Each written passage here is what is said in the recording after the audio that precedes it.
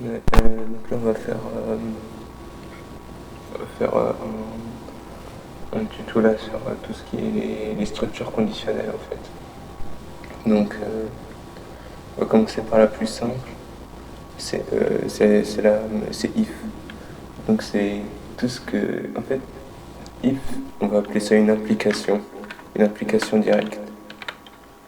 Donc, pourquoi on va appeler ça une application directe? Parce que if, en anglais c'est si.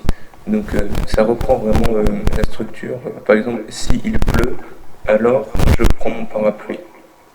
Donc on va faire, on va commencer en fait par une définition toute bête. Donc on va créer un int qu'on va appeler pluie et on va lui mettre la valeur 1. Et dans notre if, ce qu'on va faire, c'est qu'on va faire un if euh, donc pluie égale 1. Alors on va printf je prends mon parapluie.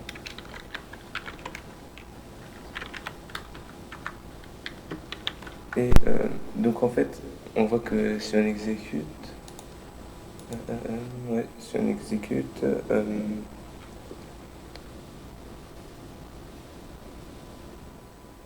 en gros, int vu qu'il est égal à 1 et que la condition elle est vraie, donc, alors on a la phrase je prends mon parapluie. Mais par exemple, on voudrait qu'on ait une condition si c'est faux. Donc par exemple, on pourrait mettre un autre if. On aurait strictement le droit de mettre un autre if. Si c'est égal à 0, alors je ne prends pas mon parapluie.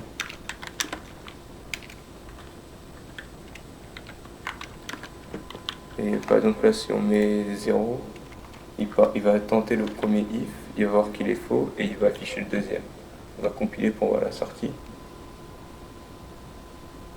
On voit bien qu'il y a la phrase je ne prends pas mon parapluie. Ça c'est si on va dire on a plusieurs conditions à tester. Si on veut faire... en fait on aurait pu faire comme ça, c'est la structure on va dire un peu bête. Mais nous par exemple on ne voudrait pas trop faire ça. On voudrait par exemple d'abord tester la première, lui dire de tester la première, puis la deuxième. Donc pour ça on va faire un else if.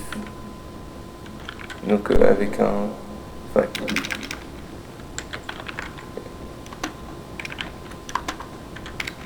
et en fait, là on n'aura quasiment pas de différence avec l'autre fonction. Juste que là en gros ça dit vraiment à l'ordinateur teste celle-ci, puis teste celle-ci juste après. Mais en gros on aurait pu tout simplement mettre un else. Donc si c'est différent donc si c'est vrai il se passe ça, sinon, alors on va marquer que si c'est pas égal à 1, alors bah, il prend pas le parapluie. On pourra voir ça, et là, vu que c'est pas égal à 1, bon, il ira dans le else directement. Mais des fois, cette notation-là, on écrit des expressions, c'est un peu compliqué. Il faut comprendre, à dire, la logique qu'il y a derrière. En fait, ce qui est le int et le if, il faut voir ça, en fait, on va dire c'est comme une fonction qui va prendre en argument quelque chose. Cette fonction, en fait, enfin pas vraiment cette structure conditionnelle, cette implication directe, en fait, elle va être vraie si ce que j'ai là surligné, c'est différent de 0 en fait.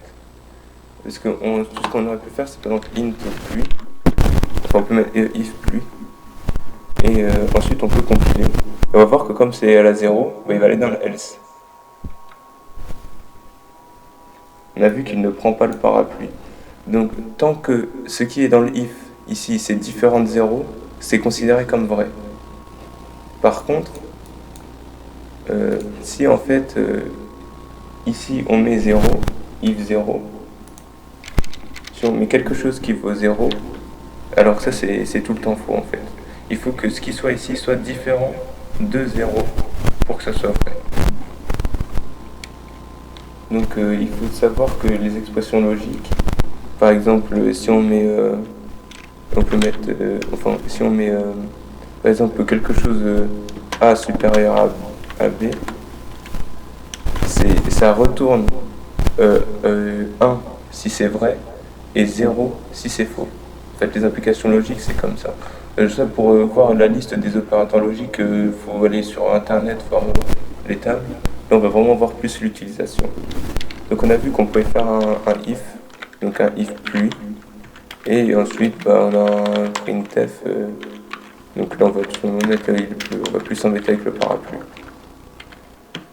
Mais par exemple, on pourra avoir un while, c'est-à-dire une boucle tant que la condition, tout ce qui est ici, c'est pas égal à 0, alors il va se passer quelque chose. Donc pour ça, on va mettre quelque chose. On va mettre un exemple. Donc on va créer un deuxième int en fait, qu'on va appeler i. Et lui, on va le mettre à 0 aussi.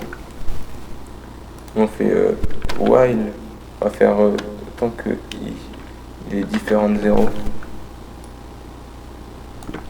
Alors, on va prendre ça, on va lui dire d'afficher i en fait. I, on va pas le mettre à 0, on va le mettre à 5. Donc, on voit que là, tant que c'est différent de 0, donc limite on aurait pu faire ça en fait, while i. Et ce qu'on va faire ici, c'est qu'on va décrémenter i. Donc on va lui mettre moins pour enlever 1 à chaque fois. Donc on voit, là si on compile, il va nous afficher i.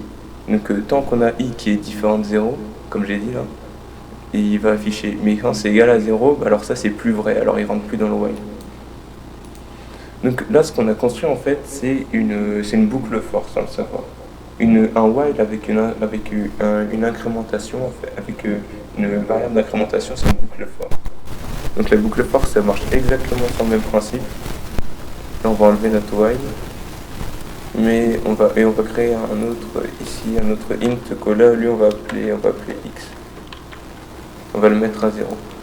Donc une boucle for, la construction elle est plus spéciale.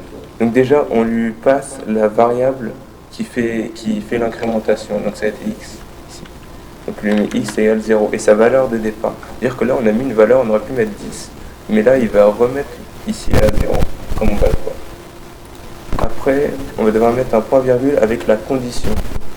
Donc la condition, ça va être quoi? Nous on va dire que c'est x qui est inférieur, strictement inférieur, on va dire à 10.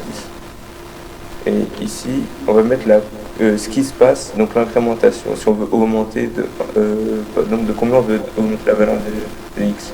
Donc ici on va mettre 1, on met juste plus. Et là ce qu'on va faire, c'est qu'on va afficher x, on va mettre par exemple, je sais pas, on va dire que c'est un nombre de parapluie. Donc on va mettre pourcentage d, parapluie. Et on va mettre retour à la ligne. Donc là on met x. Donc on voit que là en fait il va nous afficher 10 fois de 0 à 9, vu que c'est strictement inférieur, il va nous afficher les valeurs en fait. Et avec cette phrase là. Donc on voit qu'il parcourt, et pour x variant de 0 à 9, bah, il affiche x, j'ai mis parapluie comme ça. Donc ça c'est l'utilisation des boucles for. Ça, le if c'est comme on dit une application directe, et ça c'est plus un parcours. Dans beaucoup de choses qu'on va faire, on va plus utiliser le for que le while, parce qu'en fait c'est très risqué d'utiliser un while, parce qu'en fait le while, si jamais notre condition elle est jamais égale à 0, bah en fait on est bloqué dans le while vu qu'il en sort plus. Et voilà, donc ça c'est la fin du cours sur tout ce qui est des structures conditionnelles.